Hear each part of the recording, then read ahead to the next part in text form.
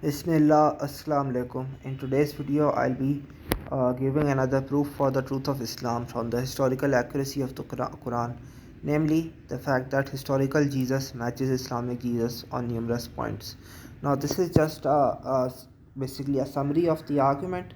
I'll inshallah make videos on individual examples from this argument of historical Jesus matching Islamic Jesus on numerous points. So let's get started. So here's an here's the argument.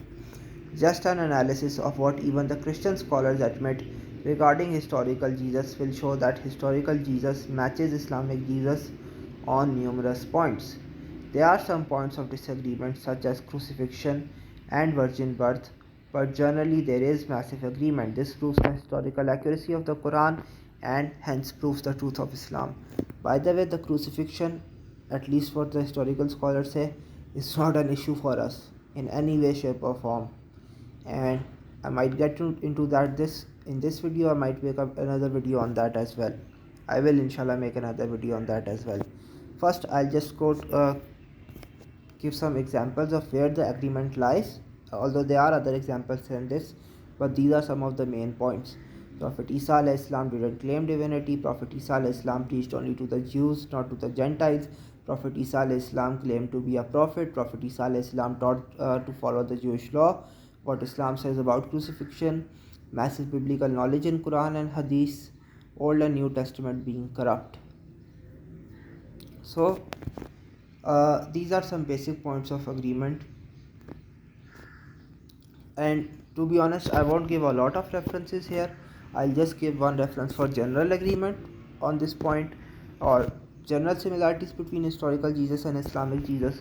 Then I'll give one references each for Prophet Isa Islam not claiming divinity and him claiming to be a prophet of God. So here's the first reference. This is from James Tabor's book, the Jesus Dynasty. Muslims do not worship Jesus, who is known as Isa Islam in Arabic, nor do they consider him divine, but they do believe that he was a prophet or messenger of God, and he is called the Messiah in the Quran. There are some rather striking connections between the research I have presented in the Jesus dynasty and the traditional beliefs of Islam. The Muslim emphasis on Jesus as a messianic prophet and teacher is quite parallel to what we find in the Q source in the book of James and in the DDK. So I think this reference clearly shows that what a scholar is acknowledging, that there is massive similarity between historical Jesus and Islamic Jesus, although that similarity is not on every single point. I'll give one reference now for Prophet Isa Islam not claiming divinity. This is from James Dunn, who is a major Christian scholar. James Tabor was actually a secular scholar, right? But to prove the individual points regarding historical Jesus matching Islamic Jesus, I won't use secular scholars. I'll use Christian scholars. I think James Dunn is a bishop or a minister. He's a religious Christian, and he's a biblical scholar. And yes, yet he's still admitting that Prophet Isa Islam did not claim divinity. Here's the reference. There is no indication that Jesus Islam thought or spoke of himself as having pre-existed with God. I'll just skip to the bold part. We cannot claim that Jesus Islam believed himself to be the incarnate Son of God. And this is a Christian scholar admitting this. Second reference, this is regarding Prophet Isa Islam claiming to be a prophet. In short, there need be little doubt that Jesus was regarded as a prophet by many, that he saw himself in the tradition of the prophets. Sanders sums up a fair consensus when he notes many scholars that have agreed that of the various roles which we can identify, Jesus best fits that of a prophet.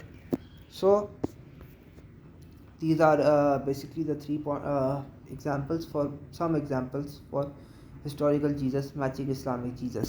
Now I want to move on to the contentions, because this is a really important part. There are basically four contentions. Muslims apply the historical critical method to the Bible but don't want to apply it to the Quran and Hadith. The scholars are biased. The Basically the historical scholars are assuming their conclusions, and basically there's some parts about crucifixion. So I want to address firstly the historical critical method, and it's actually extremely relevant here. Firstly, uh, whether the what is the historical critical method before we go any further, right?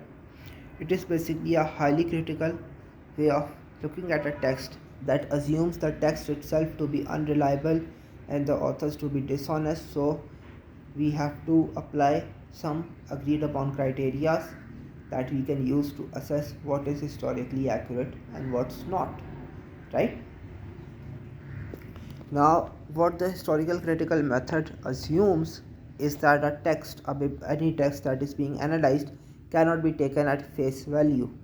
And this is not just something I am saying, this is something both Christians and biblical scholars realize, which is why you see so many debates among biblical scholars and Christians on the topic of are the Gospels historically reliable. Seriously, this topic is debated a lot. It is one of the main topics debated because if the source itself is unreliable, right, then these criteria such as criterion of dissimilarity etc. can apply. But if the source is reliable, if it can be taken at face value, then these criteria are worthless. Now, the reason I can apply the historical critical method and or a biblical or a strict analysis on the biblical text, and I wouldn't apply it on the Quran and Ahadith, is because the Quran and Ahadith are historically reliable, and we can prove that. I have a whole series on arguments for Hadith preservation. I have some videos on arguments for Quran preservation as well. There is really no way around this. If the sources are historically reliable, if the people writing those sources are honest, they can be trusted, then their words can be taken at face value. So the historical criteria does not apply. Historical critical method does not apply, and this is something everyone understands, because the historical critical method has to assume that the text cannot be taken at face value. But if the Quran and Hadith are proven to be reliable, as they are proven, then they can be taken at face value. So the historical critical method does not apply. More than that, there are certain flaws with the historical critical method, which actually I am not the parts of the historical critical methods that I don't use to attack the Bible. For example, the historical critical method will assume there is no supernatural, there are no such things as miracles. I am not assuming that when I am attacking the Bible. So it's not that I am applying the historical critical method. The arguments that biblical scholars are using, they have to be assessed on their own. For example, if Bart Ehrman's arguments assumed that Jesus was not God, right, or did not claim to be God, he wouldn't be proving anything. His arguments can work whether the assumptions of historical critical method, such as the supernatural events being impossible, are relevant or not. The arguments of Bart Ehrman and other biblical scholars, they can stand if they don't use those assumptions. Firstly. Secondly, there are certain flaws with the historical critical method, and I'll just give two examples and why these can apply to the biblical sources and why not to the Islamic sources as well. Firstly, I'll just take two criteria. Firstly, the criterion of dissimilarity. Basically, this assumes that if a person is saying something, a source is saying something that goes against the interest of the author, it means that the author has unlikely to have made it up. Now, it makes sense. There is no issue with that, right? Like, there is no major issue with that, but there is one problem with this. For instance, a source is quoting something that goes against his interest, right? There are three options. Either the source is telling the truth, right? Either the source is lying or the source is mistaken. The criterion of dissimilarity does not take into account the point about mistakes. It does not give a probability or improbability of mistakes occurring. So you can't take this and just apply it without arguing for the criterion of dissimilarity to be applied. Another case is with the examples of, for example, using false prophecies to date a text. There is no issue with this method, but the problem with applying it to Islamic sources, right? For instance, the Quran and authentic Sunnah, there are no false prophecies. Joshua Liddell tried to use this criteria of dating of false prophecies, and Orientalists tried to use this to apply on Islamic historical records. But the problem for them is there are no false prophecies in the authentic hadith and in the Quran, and they cannot give an example of a false prophecy. Which is why, in basically, when Joshua Little was making this contention, he didn't bother to give an example of a false prophecy because there aren't any. So you can't just blindly apply historical critical method wherever you like. It has to be argued for. It has assumptions which can be easily challenged, and there are problems with that. I don't think anyone will disagree with that.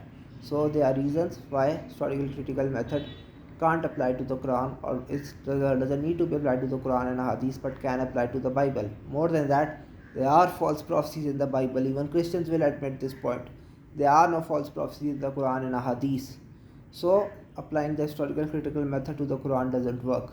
Now this was the important convention. The second point I would like to make is that some Christians will try to assume that these scholars are biased.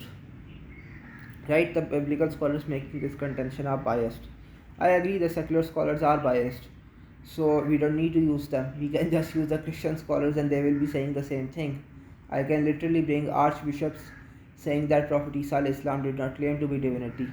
So the claim about bias against this particular argument of historical Jesus matching Islamic Jesus does not work. Now, and another contention that I think is worth going over here is that someone will try to claim that the historical Jesus does not match the Islamic Jesus on everything. There are some differences. So now, are those differences arguments against Islam? No. I'll give the reason why. If the biblical sources were preserved, right, if they weren't tampered with, if they were accurate, then if Islam didn't match with them, that would be a problem for Islam, because then those sources are right. They are assumed to be right on everything, right?